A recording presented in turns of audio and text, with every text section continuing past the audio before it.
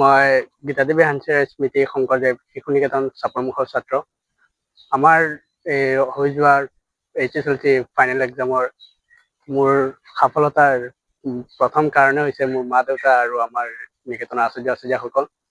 মই পৰীক্ষাৰ এমাহমান আগত স্কুলতে থাকি কেম্পত আমাৰ আচাৰ্যসকলে অশেষ কষ্ট কৰি আমাৰ কাৰণে কেম্পৰ ব্যৱস্থা কৰিছিলে। তাতে থাকি মই এমাহমান পঢ়িলোঁ। তাৰপিছত মোক ৰিলিজ দিয়াৰ পিছত ঘৰতো আহি মই দৈনিক 6 ঘণ্টামান পঢ়িছোঁ আৰু, কিন্তু পৰীক্ষা বুলি ইমান প্ৰেছাৰ এটা লোৱা নাছিলোঁ। নিতো মোৰ ঘৰুৱা মানুহ আৰু ওচৰ চুবুৰীয়া মানুহে যি উৎসাহ দিছিল তাৰে মই নিজৰ পৰীক্ষাৰ কাৰণে প্ৰস্তুতি লৈছিলোঁ। মোৰ এই ফলাফলত উত্তীৰ্ণ হোৱাৰ কাৰণে মই মোৰ দেউতা আৰু মাক অশেষ ধন্যবাদ জ্ঞাপন কৰিছোঁ। আপোনালোকে যাতে মোক আগবাঢ়ি যাবলৈ উৎসাহ উদ্দীপনা জগাই যায় তাৰ কাৰণে মই আশীৰ্বাদ দিয়ক, তাৰ কাৰণে মই অনুৰোধ কৰিছোঁ। মোৰ দেউতা এতিয়া কামত আছে। তেওঁ কাম কৰি অশেষ কষ্ট কৰি মোক পঢ়াই আছে। তুমি ভৱিষ্যতে কি কৰিবা, কি হ'বলৈ মন আছে? মই ভৱিষ্যতত NDA অফিচাৰ হ'ম বুলি ভাবিছোঁ। NDA। কিমান পাৰ্চেণ্টেজ পাইছিলা? মোৰ পাৰ্চেণ্টেজ আছিল 90%। মই বিজ্ঞান, সমাজ বিজ্ঞান, অসমীয়া, ইংৰাজী আৰু সংস্কৃত বিষয়ত লেটাৰ লৈছোঁ আৰু সকলো মিলিয়ে মোৰ 90% হৈছিল আৰু মই ডিষ্টিংশ্যন ল'বলৈ সক্ষম হৈছোঁ। তুমি নিজৰ কষ্টতে কৈছা, ঘৰুৱা শিক্ষক নাছিল তেওঁলোকৰ? ঘৰুৱা শিক্ষক তেনেকুৱা একো ব্যৱস্থা নাছিল। মোৰ স্কুলৰ শিক্ষকসকলে মোক সাহায্য প্ৰদান কৰিছিলে। মাজে সময়ে কেতিয়াবা মোক ঘৰত আহিও সহায় কৰিছিলে। নমস্কাৰ, মোৰ নাম শ্ৰী সুমন কুমাৰী ঠাকুৰ আৰু মই চাপৰমুখৰ গীতাদেৱী হাঞ্চাৰীয়া স্মৃতি শংকৰদেৱ শিশু বিদ্যা নিকেতনৰ এগৰাকী ছাত্ৰী। মই নিজৰ হাইস্কুল শিক্ষান্ত পৰীক্ষাৰ এই ৰিজাল্টটো পাই যথেষ্ট সুখী হৈছোঁ আৰু অলপ ভাল হ'ব বুলি আশা কৰিছিলোঁ, যদিও মোৰ মাতৃ পিতৃও অশেষ কষ্ট কৰি মোক পঢ়াইছে। মায়ে এটি সৰু দোকান দিয়ে ঘৰতে, দেউতাই চুলি কাটে আৰু আমি বিশেষকৈ মই কোনো ধৰণৰ ঘৰুৱা টিউচন লোৱা নাছিলোঁ আৰু আমাৰ নিকেতনতে যি পঢ়ায় শনিবাৰে দেওবাৰেও আমাৰ শিক্ষক আহিছিল আমাক পঢ়াবলৈ।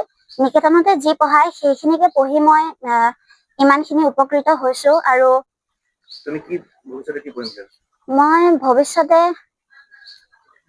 আফটাৰ 10 মই আৰ্টছ ল'ম বুলি ভাবিছোঁ আৰু তাৰপিছত LLB কৰিম।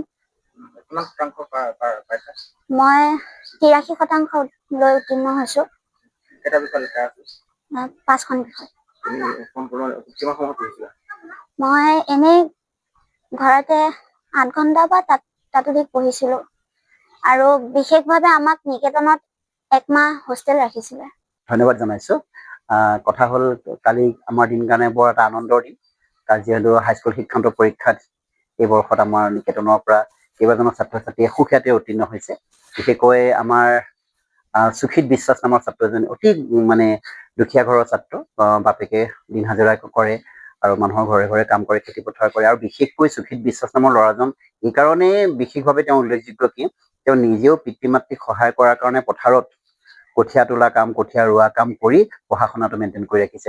গতিকে আমি নিকেতনৰ পৰা যিমান পাৰোঁ তেওঁ সহায় কৰিছোঁ। আৰু বিশেষকৈ আমাৰ নিকেতনত আমি পৰীক্ষাৰ আগমুহূৰ্তত প্ৰায় 1 মাহ 1.5 মাহ সময় আমি কেম্পেইনিং কৰি ল'ৰা ছোৱালীখিনি ৰাখি দিওঁ আৰু তাৰপাছত সিহঁতক আমি সজাই পৰাই ধুনীয়াকৈ আমি পৰীক্ষাৰ কাৰণে প্ৰস্তুতি চলাওঁ, যাৰ ফলত এইবাৰ আমাৰ 5জনকৈ ছাত্ৰ ছাত্ৰীয়ে ষ্টাৰ নম্বৰ লাভ কৰিবলৈ সক্ষম হৈছে আৰু সুখিত বিশ্বাস তেওঁ ডিষ্টিংশ্যন নম্বৰ পাই আমাৰ অঞ্চল তথা আমাৰ নিকেতনলৈ গৌৰৱ কঢ়িয়াই আনিছে। ধন্যবাদ জনাইছোঁ।